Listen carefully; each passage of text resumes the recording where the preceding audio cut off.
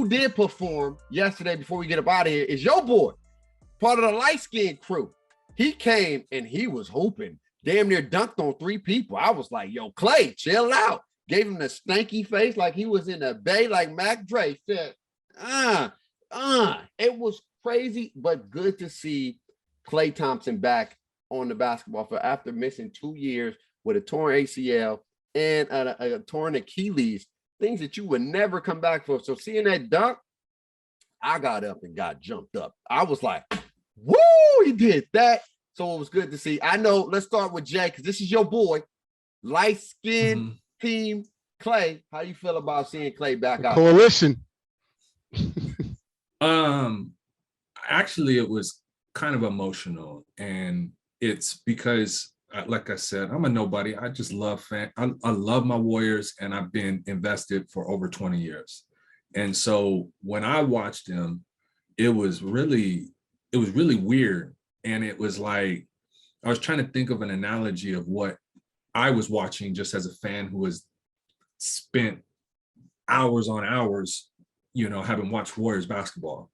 And it was like, I grew up with a cousin, you guys are tight, and then you don't see each other for 10 years, right? And for whatever reason, a falling out, whatever. And then all of a sudden, you guys reconcile and you link up again. And you're like, it's the mannerisms, it's the talking, it's the catching up. And it's like, oh, I haven't seen you in a hot minute, bro. Like, how you living? What's up, man? I forgot how we used to get down, joking, whatever, right? And when I saw Klay, I was like, well, I ain't seen that in a minute. Just the form, the wide stance, all of it. And so for me, I was like, well, his shot looked a little flat, and then he just hit somebody with the cross, and I was like, oh, ain't seen that in a while. I've seen that maybe once or twice in your career. You hitting out that game one. So like, I could only imagine the emotions that was going on through his head. And as I was sitting there digesting it, I was like, this league is in trouble, bro. As a fan, I was bracing for a Duncan Robinson, a battle-tested Duncan Robinson. That's all we're getting back is an overpaid, battle-tested Duncan Robinson. Let me prepare for the worst case scenario. Then I come back, like he comes back and I see that. I'm like, Klay isn't settling for it. He's not playing it conservative. He wants to be just as good as he was before. And so either he's going to get hurt again, trying to go too hard, or it's all going to work out and he's just going to be him. And if he is 95% of who he was, league's in trouble. Yeah. Me personally, I never doubted the fact that he would be Klay again, because I feel like the medicine still remains to be seen. Yeah, I'm just saying with me, I'm gonna go on a limb and say I feel like he's going to be Klay Thompson, because his game was never based off explosion. His game was never based off him being a high riser and him doing all the crazy stuff. He's a catch and shoot guy that's a set shooter for the most part with a little bit of a jump, and he was good lateral. And so when you look at the injuries in a vacuum, the ACL thing, like that was going to heal just because that was going to heal, right? Like that, it's just the Achilles thing became the thing that scares you. And I mean, he took all the right steps. Like I said, the medicine is totally different. The rehab is totally different. That's why when you're looking at KD, when he tore his Achilles, right now, if you look at KD, you wouldn't say that you would never know that his Achilles was torn. Yeah. Would have no inclination that anything happened, because he still got explosion. He still got the wiggle and all that. So it was good to see Klay back. It was good to see the Warriors with the juice that they normally carry and have. Now going forward, to me, was my question a month and a half ago. How is this going to affect the Jordan Pooles? How is this going to affect the Andrew Wiggins? What's going to happen when Wiseman comes out? I just want to see how the Warriors adjust to every adjustment that needs to be adjusted when it happens. And if they can weather that storm, then they'd be one of the top 3 teams, as I predicted, headed in. So disrespectful, dog. Yeah, disrespectful. I'm gonna say I said one of the I said they was gonna be one of the top 3 teams heading in.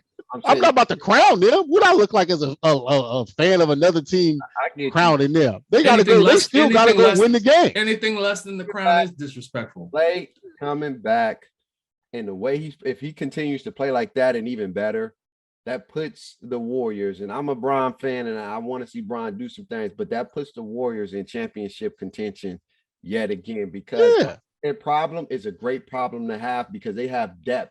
But one thing about the Warriors team that I've learned to see is that they're very unselfish. They will play their role and they would do what they need to do for the greater good of winning. And you know why that is? Because they got a leader by the name of Draymond Green that's not going to make the moment too big or too high, and he's going to keep them grounded. They always got the shooters, they got the defense, but they play together as a unit. That's one thing that I admire about the Warriors. They play together as a unit. It's all for one and one for all with them. And so having all their pieces back just makes them even stronger and makes them able to play different teams where, oh, you want to go big on us? We can go big, or we can stretch the floor and make your big come out and guard us from the three-point line. That's going to allow us to get easy drives or get you moving and get some backdoor cuts or some open threes. And so I think the Warriors right now is the biggest threat to everybody in the league, in my opinion. I think that even if they play, let's say if Milwaukee played the Warriors in the chip right now, the Warriors can win that because they got so many pieces. And Milwaukee will go. I would love to see Drew Holiday and Steph. I would like that. See, the thing is Drew Holiday is only one man, and he's, even though I think he's pound for pound probably the best perimeter defender in the league. Right. It's one guy against all that split action, motion, best shooters in the world type stuff. And at that point, it's just null and void. Now, Giannis in the paint is a problem. And if Wiseman isn't at a JaVale McGee level, then Giannis going for 40 and 20 is a problem.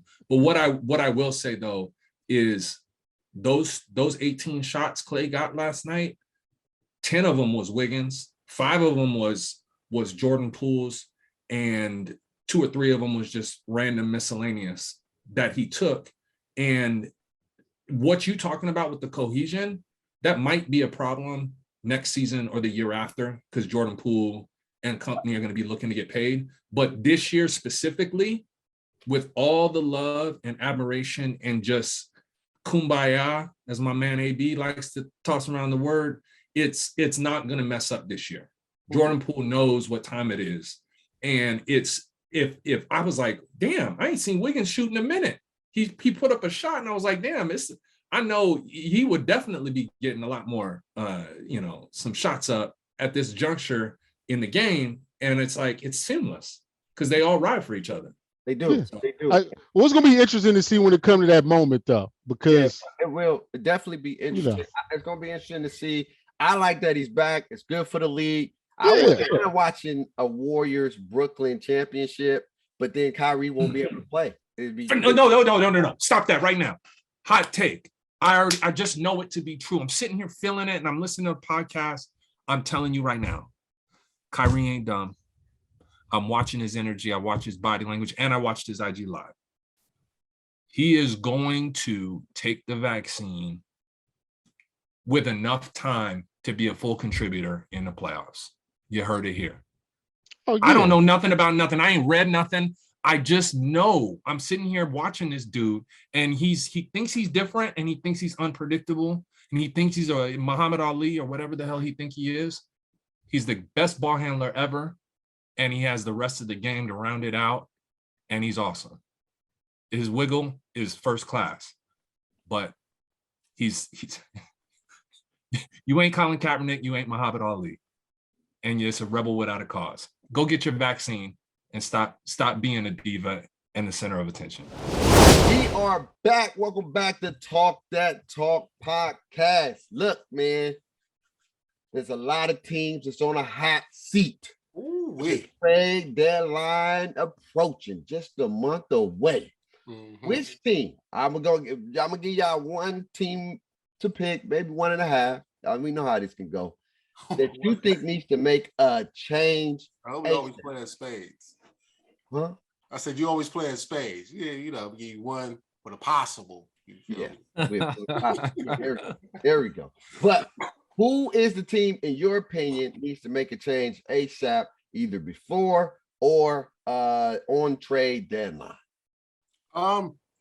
My biggest thing that I've seen right now is a few teams, but I think honestly, man, Dame Lillard needs to punt this season.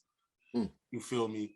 And it's no disrespect to Dame, because I respect and love Dame as a basketball player, but he's been dealing with this ab injury since the Olympics, and to me, it probably dates back to something probably happened during the playoffs or something, and he's just not right. He wasn't right during the Olympics. He's not been right this season. CJ McCollum's out right now, still dealing with that collapsed lung. So, all the prayers in the world goes to him and his health. And that Blazer roster just not good enough to really compete with the both of them not being at the peak. 10 games under 500. I think they're probably about 13th in the West currently.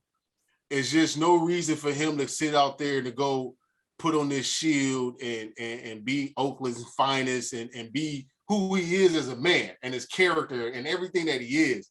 It's like, nah, bro. Like, you've done enough to where if you just said, like, I'm good, can't nobody say nothing to you, and you get healthy and you just come back next year with hopefully them making some changes or even you changing and go like that. So I just think Dame needs to punt this season, and I think Portland should go kind of wholesale, probably get rid of Covington, get rid of some of that money, probably get rid of Nurkic, get rid of some of that money, fall face, in the standings, and then play for the draft. Just my opinion. I don't, I'm a second that one. I mean, my team is the Hawks, but I want to chime in on Dame real quick. I remember, it's not tanking. People get this misconception of what tanking is. Tanking to me is purposely losing the game. You compete all game and then you just throw it in the last 2 minutes, and because you just, you want to be in a higher standing for the draft. With Portland, I remember the Warriors did it with, I don't know if it was a wrist injury or what was it, like 2 years ago? With Steph, yeah. It was when he hurt his wrist in like game 5 or 6. It was like, Klay ain't here. We need this draft pick. We're going to draft. We ultimately drafted Wiseman. But what it did was he had been on a 5-year run, right, of going through the finals. And it was just like, no, we don't have a realistic chance to compete this year. And that's what it boils down to. We don't have, let's be honest with ourselves. We don't really have a chance to compete. The team is still going to go out there and win every game, but we're just going to make transactions and business decisions that align our interests to be 100, because we can climb to the top of the mountain next year. It just, if we honest with ourselves, it ain't happening this year. Sit Dame's ass down and then see if you can pawn off CJ for real value, and then some moves around the margin to just, hey, if wherever you land in the standings is where you land in the standings. I'm with you. That tread on the tire is real, and Dame needs to go. Just go pause, man. Get those old man injuries. Abdomen injuries, man. It's not to be played with. It's hamstrings. It's like certain areas of your body. Not to be played with. For me, mine's the Atlanta Hawks, because they need a talent consolidation. And I love predicting trades. I was talking about the Hawks 6, 7, 8 months ago when nobody was. Yeah. And so they're finally entering the fray in the negotiations per Mark Stein. And I'm just sitting here like, this is the trade that needs to happen yesterday. Ben Simmons gives them the dimension. So they got 10 players, 11 players that they can't play them all. People want their cake, your Cam Reddish, your Bogdanoviches, but those are the pieces that fit like a glove for Philly. And the thing is they don't want to make each other better. But when you're staring at Brooklyn and Milwaukee and whoever comes out of the West, man, it's just a necessary evil you got to deal with. And Philly may benefit from this. And maybe you lose to them in the playoffs, but you got to do what's in your best interest. And they are in a funk. They just have too many players. They don't have a defensive, let alone an identity. They don't have any, facsimile of an NBA defense. So, and then it'll get Trey, give him some off the ball love. So if they can go make a move for some defense, consolidate the talent, and the one I'm earmarking is Ben Simmons, needs to happen yesterday. You said you got something to say about that? Yeah. So, Jay has been the trade predictor or trade aficionado or whatever you want to give Jay in these trade predictions. And I was thinking, I was like, you know what? I would give Jay a lot of credit for the Ben Simmons to the Hawks trade. If A, it happened at the beginning of the season, or B, it happened when they was winning. But right now, it's more or less like a desperation trade. So I don't want to give Jay credit for the Hawks having to be desperate. You feel me? Because now it makes the most sense because it's like this roster sucks and Ben Simmons coming in can help this roster because A, it gives them some defense. It moves Trae Young off the ball, all the other theatrics that come with it and all that kind of stuff. So Jay, if the trade happens, instead of you getting the full 100% credit that I would have gave you, bro, at the beginning of the season, or if they was winning, I'm gonna taper it to about 75. I'm extrapolating for what's going to happen. They overshot their shot last year, just like the Knicks, where they overexceeded. And it's like everybody, especially in investments and people dealing with money, everybody want to say buy low, sell high. But your emotions when you're watching your account draw down versus your convictions to say when it's all high, I have no reason to do nothing. That's the time to actually do something, is when you're at your peak. The Knicks should have cashed in on their momentum. The Hawks should have cashed in on their momentum.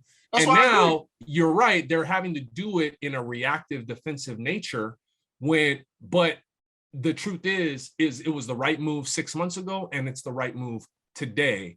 And I should get extra flowers for anticipating the need. 75%, Jay. I anticipated the need. I didn't think that they were going to struggle, but I anticipated that they needed defense. I anticipated that they needed a secondary ball handler.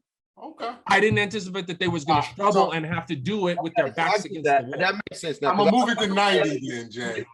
You take off 10%. Because here's my thing. Because let's be honest. Let's be 1,000%. Okay. With Ben Simmons trade to Atlanta, yeah, it makes sense. The pieces make sense. The pieces line up.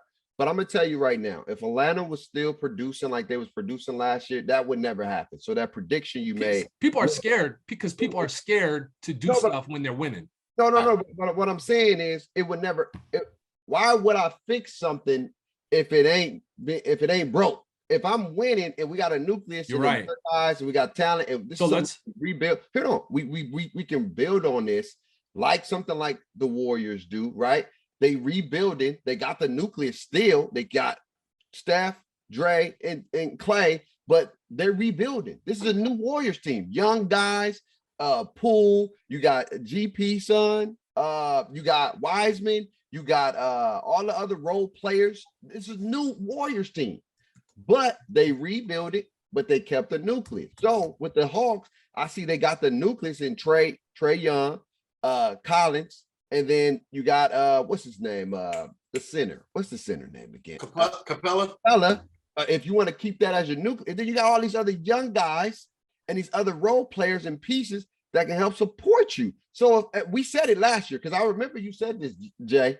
Don't go back on your word now, because you said the Atlanta Hawks have a little bit of the Golden State Warriors. They do. You said that. Now all of a sudden, now by you saying that, why would you even predict the Ben Simmons trade? Thinking that they were going to be similar to the Warriors. I got you. Hold on, I got you, Jay. Because in his head, and this is Jay, you can speak for yourself. Ben Simmons becomes technically their Draymond. And it becomes a part of that build. So you get Ben Simmons as your Draymond, Trae Young is your Steph. You got to find a Klay somewhere in between. But the nucleus of the team would have been centered around Ben and Trae. And ball movement and strength in numbers. Yes. And so they have a chance. What I'm getting at here is they were not proactive. And so here's the thing. Now they have to be reactive. Yes. So when the Blazers made it they beat somebody and then they played the Warriors in the conference finals. And this was 2 years ago. And I was like, this Portland stuff is bad. Like they are never going to, they're going to always get to 80% of the mountaintop. And then they're always going to fall because they're not built to deal with the 2 or 3 best teams in the league. They're just too small and they can't do it. But when they got to the conference finals, nobody wants to make a seismic change and realizing this ain't it. I'm never going to get over the hump. But right now, we still good enough to get to the conference finals. So why would we make a move? Scared money makes no money, dog. Hey, let me ask you this. The time to act is now.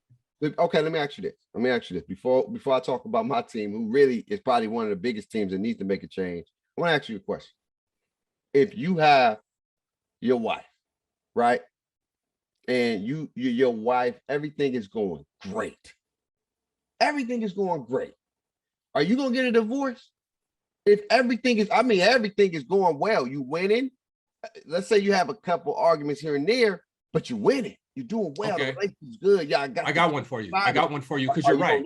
Here's a question that I asked myself, and I'm going to leave my specifics, nuances of it out of it. But there's a question that I asked myself.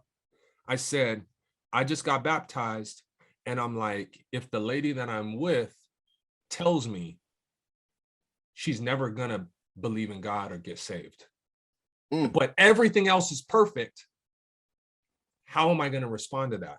And if her answer was, maybe I'm open-minded, one day it could, versus I'm an atheist. Everything else is right, but I'm just never going to embrace God. I'm like, well, you got to punt. Exactly. And with the Portland, the reason, the analogy I draw is a little out of bounds, but what I'm getting at here is Portland is never going to reach the mountaintop. So you got to make a move. I get that. I get that. I definitely get that. But see, when you being the human side of it, right, is, well, let me see. Maybe she could change. Maybe, because again, you're going to give it a little grace period. Don't give it a little grace. Give it a grace period. You're going to see, like, all right, this ain't budging right now. And I think that's what Portland's doing. And I think that's what Atlanta's doing. And I think what we about to talk about Boston is done. Their grace period is done, but they're giving it a grace period. It's like, yo, I'm not willing to just throw it away just that quick, because then it's like, bro, how can I tell myself that this is the person I love? And then they made a comment that didn't agree to my morals and my beliefs. And then I'm just going to dump them on the fly. I'm going to give them a grace period to see, is there any wiggle room? Now, if there's no wiggle room and this is what it's going to be, then I got to do what's best for me at the end of the day. But I think what these teams are doing when they're winning, you give yourself an opportunity for a grace period. And with the Boston Celtics to get in my team, that needs to blow it up and make some changes ASAP, because we know Tatum and Brown doesn't work. They tried to get a bigger version of CJ and Dame. They try to get a point guard in there to kind of help facilitate the nonsense, but it's just not working. The game against the New York Knicks it's done. That grace period is over. She's not believing in God. She's done. She ended up doing all kind of other stuff. Even probably painting her nails black, all kind of stuff, going crazy, going gothic and all that. The Boston Celtics got to do something, and they got to do something fast, and they got to do something while they can right now, because you still got a lot of value in Tatum and Brown. They have to decide who are they going to run with. Are they running with Tatum or are they running with Brown? Who's going to be the face of their franchise? And then you can do some shaping and moving here and there, because they need to reshape. They need to rebuild. They need to make some changes. They thought, quote unquote, sending my man Brad Stevens to the GM was going to make some changes. They're not making no changes, but I get it. They gave them a grace period because they was on the precipice of being the Eastern Conference Finals, going to the playoffs, being always one guy short. That was always Boston thing. We're just one guy short to taking that next level and going over the hump. But now they need a whole restructure on what they need to do, because they had all these Boston. If you look at Boston had damn near for the last 3, 4, 5 draft picks, 5 years, they have about 3, 4 first rounders. They've been getting first round. They had assets. Boston pulled what Jay said. They was the first people to do it. So now Jay is trying to help people understand. Don't be a Boston. And the crazy thing is unlike Portland and even Atlanta, Boston had assets to really shake and move the league, but played scared money. played safe. Like, I'm not about to risk. I'm not about to risk this. You feel me? Because I feel that, and it's a weird dynamic, but I think a JH and a Jason Tatum tandem would be better than a Jaylen Brown, Jason Tatum tandem. I don't think it will work. Well, either way it go. Boston got the assets. James Harden got to be the one. I think the best, but when we get to James Harden or whatever, we talk about him another day. But James Harden plays best when he's the number one ball handler. That's just what it is. We see it now. I've been telling people he's not himself in Brooklyn. He's not. And I know he went there to try to win a championship.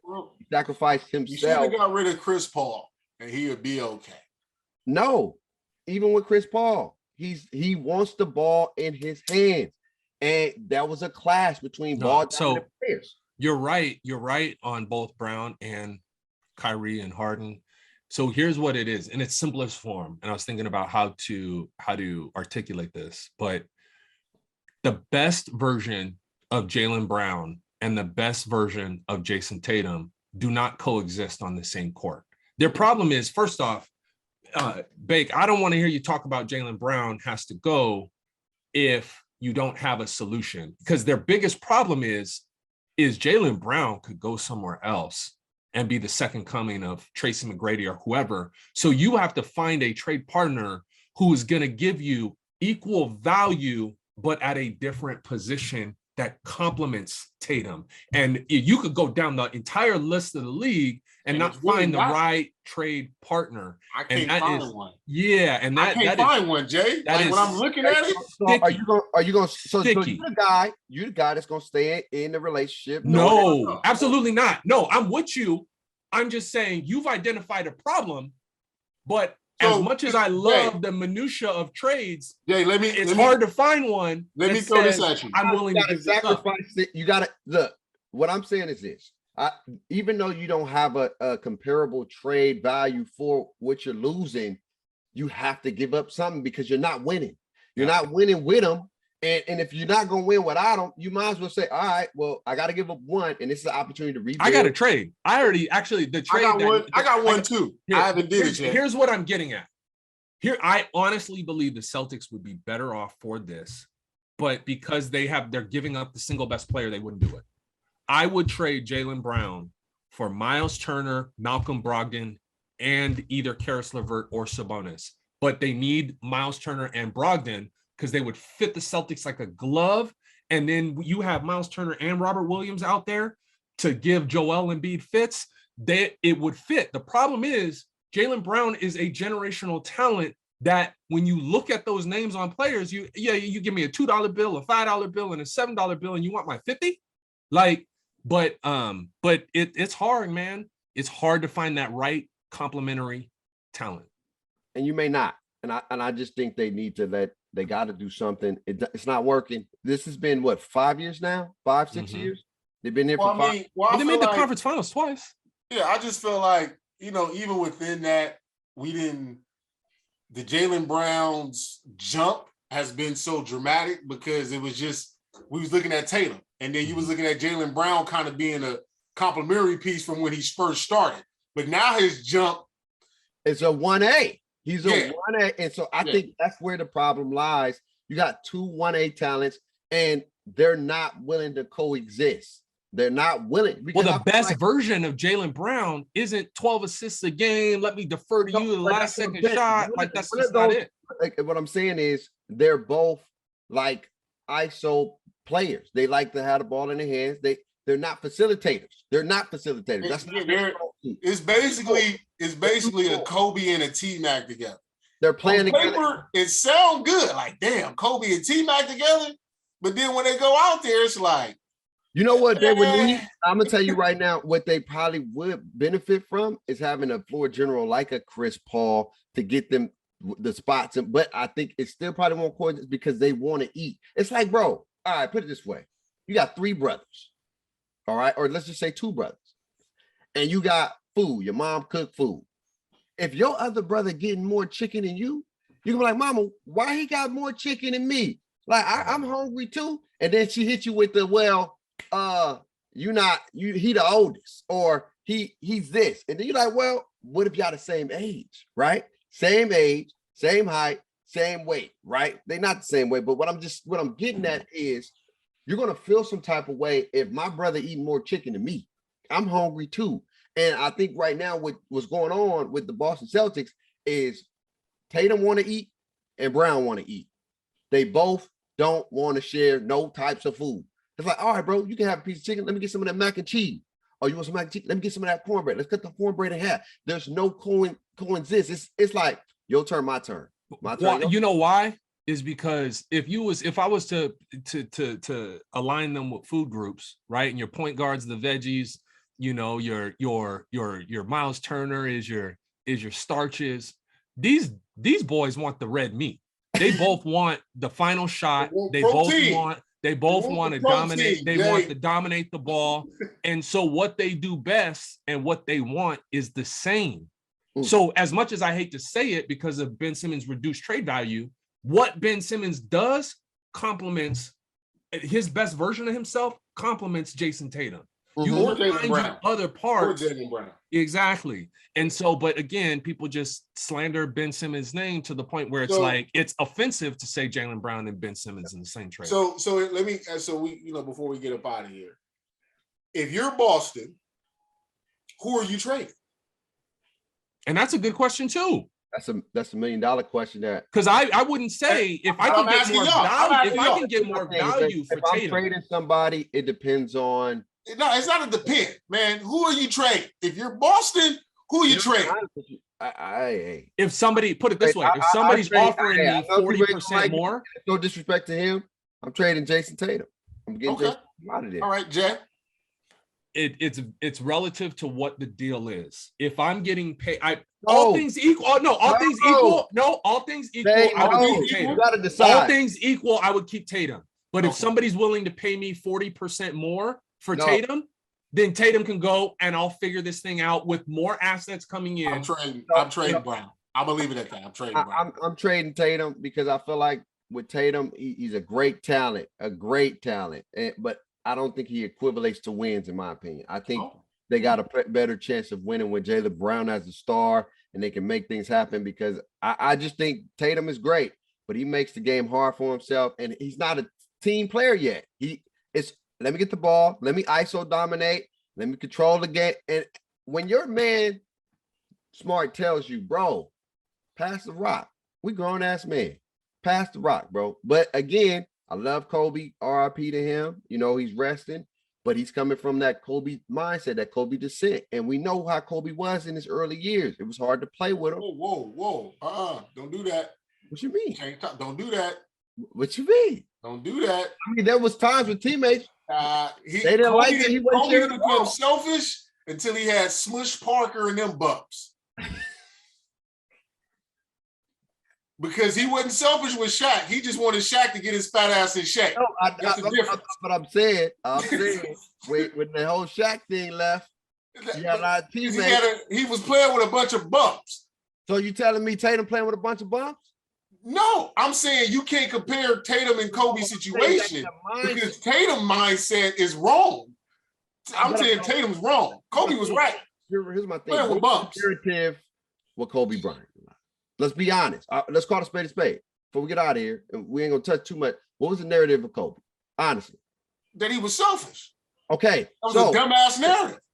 I understand that, but what I'm getting at is for a young man who's seeing his game per se, and they're like, "Yo, he's gonna bottle it up. Yeah. I gotta make it happen. It's on me. It's on me. It's on me." And I wouldn't even call it selfish. It's just like, "Yo, I don't like losing, so I'd rather lose with me going down fighting." Than the trust in my teammates. I won't call it selfish. Yeah, but Tatum's wrong in the approach because he has a guy that can complement and that can eat with him versus that stretch of Kobe. Who did he have? Because when he finally got guys, right? Lakers go to 3 straight finals, blah, and all that good stuff. So that's what I'm saying. I agree with you that Tatum mindset. You can't have a Kobe mindset with the team that you got. If you was out there with a bunch of bums. That's what I'm getting at. Yeah, there we go. That's what I'm getting at. He feels like he's on a team with bums, and the only way we're going to win is if I dominate. Give me the ball and move out the way. He's not on the team with bums. I see that a lot of times, and he has a great 2A or 1A or 1B. Yeah, we whatever. got solid pieces. Marcus Smart is solid. Williams got a is team. solid. Yeah. They're just not a team. Put it that way. Right.